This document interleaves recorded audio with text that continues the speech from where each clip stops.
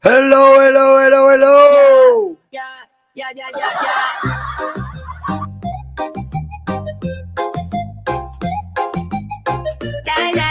La. Sabi ni Barbie, laban tayo, suntukan tayo. Kamusta po kayo mga kabiraan? Andito na po si Nyolo at your service. Hindi ako late ha. Hindi ako late. Naka-live pa si Boss Mark eh. Kailangan magbigay galang tayo sa mga boss natin. Ayo, suntukan tayo. O, shoutout Viola, Eurocampo. Ayan, shoutout sa inyo ha, Eurocampo. Ayan, sino ba nandito? Si Ma'am Brenda Barton. Kanina pa nakita ko dito. Oh. Ayan, si Ma'am Brenda Barton, Solmira TV. Ang dami nang nilulumot. Annalisa, Mama Loves. Ayan, mga nilumot na to. Areldana. Ayan, nilumot na to. Nilumot na kay Winnie Artos. Ayan ha. Shoutout sa inyo, shoutout, let's go! Sobrang anggas pero tumakbo. Baglang Yan, Chi Villaruel. Mag-like kayo para gumanda buhay natin. ito, baglang ito. Destinya rocket, bading na mapangit. Parehas malaki. At i-share nyo na rin to. Oy, si Chaicher, oh. Ayan, Chaicher. Ayan, oh.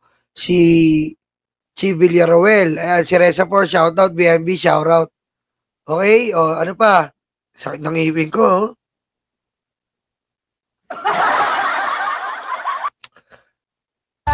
Parehas Edong Cereza Force. Ayan, napapaligitan na tayo ng Cereza Force. sugali, hindi sila Ako, seryoso, shoutout. gudeng, hindi sila gudeng. Sila'y mangga badeng.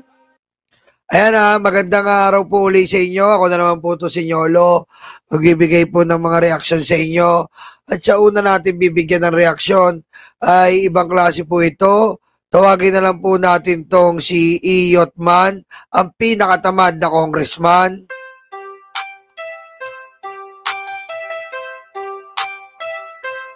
Nagalit si Pulong sa babae tulong. Nagwala o siya'y nagwala. Sa saksaking bigla. Sabi niya po, there is so-called reset if true. Nothing but a hostile takeover of our democracy. The Philippines is not for sale. The presidency is not a corporate seat. Hindi kami natatakot. Hindi kami susuko. Hindi namin kaya ang maging laruan ng bansa natin. The Filipino people deserve a government, not an oligarch syndicate. Tanga!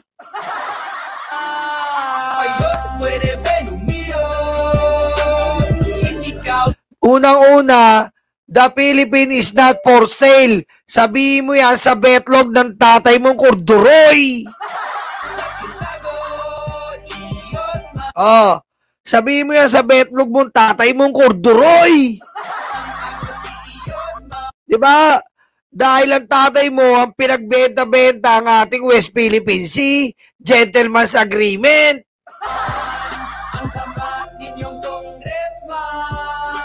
Oh, the presidency is not a corporate seat. Tanga!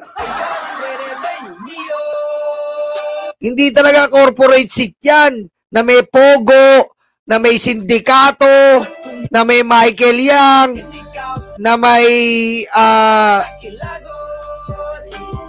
food dyan ng ina nyo. Hindi talaga corporate seat yan, Pulong, tanga ka. Yan ang ginawa ng tatay mo, ginawang corporate, Michael Yang. Tapos yung Chinese, ginawang Pilipino, corporate. Tamad!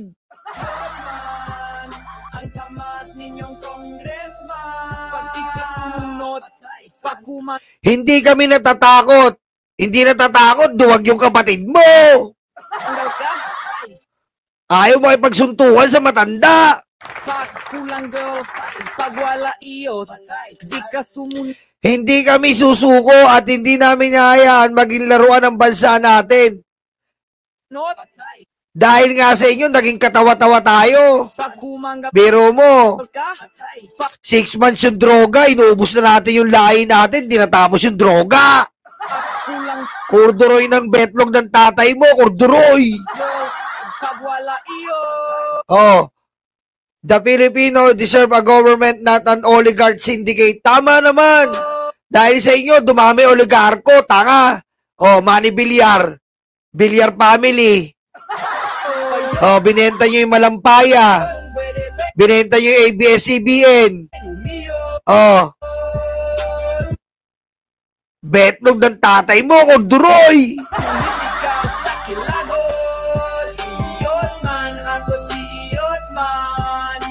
Ano pa sabi? Yung congressman, ngayon pwede bang umiyot? Kung hindi ka sa kilagol, iyot man, ako si iyot man.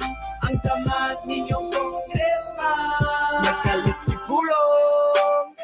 Sabi niya, in a statement said, a scenario is nothing short of alarming and outright unconstitutional. He added, if true, the signal is a dangerous point in our history, where the Philippines looks less like a republic and more like a banana republic. Engot, damit yun. Bobo talaga ni Pulong, no? Banana republic, damit yun. Sa baba ito lulong. O, Uniqlo na uso ngayon. Uniqlo na uso ngayon, hindi na Banana Republic. Oy mga ali. By the highest bidder. This is not a governance. This is not democracy. This is corporate capture of the state, he said. Ipin mga Duterte pointed out this country is not a playground of billionaires or a business that can be reset anytime kapag hindi na sila masaya sa takbo ng pamahalaan. uto-uto. Sino ba billionaire? Alam ko ang billionaire po, mga libag mga karayuma, ang billionaire po ay yung nakakapagbayad ka ng 200 million sa abogado mo. Di ba? Tama? Yun po ang billionaire. Dahil tayo 200 pesos nga lang, hirap na tayo araw-araw sa Bombay. Di ba? Pupunta Bombay, sasabi mo Bombay, kapon di ka ulog. Punta ako bahay nyo, dami tsinelas, wala tao. Oh, bakit kada ako dating? Bahay nyo, dami tsinelas, lagi wala tao. Usapa ulog, 200 sa araw. Ha? Kuha ka cabinet. Kuha ka super kalan. 200 daw araw. Pero punta ako doon, wala lagi. Ha? Dami tsinelas eh. Wala tao. Gara. Ako gas dito, motor ko. Ako, hirap dito. Para ako siopaw. Meron ako dito. Tapos di kayo bayad. Diba? Tayo nga 200 pesos ang araw-araw. Harap na hirap tayo. Sila 200 million sa abogado. Tapos sasabihin nyo, salin nyo, ang baba. Tapos nahiya pa kayo, kunyari, hindi kayo yumaman. Niloloko nyo mga tao eh. Diba? Hindi talaga pulong uubra yung mga sinasabi mo. Kahit maglupasay ka, isa kang manyakis na nananaksak ng bugaw, patalikod ng kutsilyo. Sino ba bobo dito? Ikaw? Mananaksak ka ng bugaw, patalikod yung kutsilyo? Sino duwag?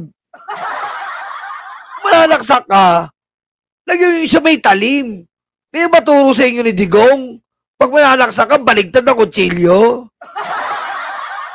Mahirap sa'yo, pulong eh. Pag nauutugang ka, punta ka sa banyo. Kuha ang picture ni Alice Dixon. I love you, Alice Dixon. Oh. Hindi mo nga mapaliwalag yung 51 billion mo sa mo dinala. Tapos galit na galit ka. Asar na asar ka, papunta yung ICI dyan. Feeling mo kung sino ka. Congressman ka lang, ayaw mo masita. Ano ka? Hari? Piling hari kayo eh. Gusto nyo kung anong gusto nyo gawin, magagawa nyo. Hindi ganon. Huwag kayong maggobyerno kung ayaw nyo sumunod sa konstitusyon. Ha? O ngayon, palpak yung distab nyo, nagubos kayo ng pera. O, ngayon iiyak-iyak ka. Kung ayaw nyo dito, doon kayo sa China. Ha? Doon kayo sa China. Dilaan nyo yung betlog ni Xi Jinping. Chucha, Chuchi, Xusha, Xi Jinping. Diba? Ang dami niyong anas. Ang dami niyong sabi. Wala naman kayo napatunayan dito. Perwisyo kayo. Bumabagyo. Anong ginawa ng kapatid mong vice-presidente? Nag-swimming. Ikaw, nagkasunog sa Davao, namigay ka ng bubong. Puro yero. Hindi ka man nagbigay ng semento. Engot. Pag nagkasunog, wag puro yero. Ano yan, incubator? Ginawa mong panlilim-liman yung mga Davaoenyo. Oh, 51 billion pera mo, bibigay mo bubong. Buti pa yung presidente. Naka-tent city sila sa Cebu. Kahit DDS si Governor Pam. Pero hindi nintindi ng presidente yon. Dahil ang presidente, ang gusto niya, tumulong. Di tulad mo, perwisyo ka.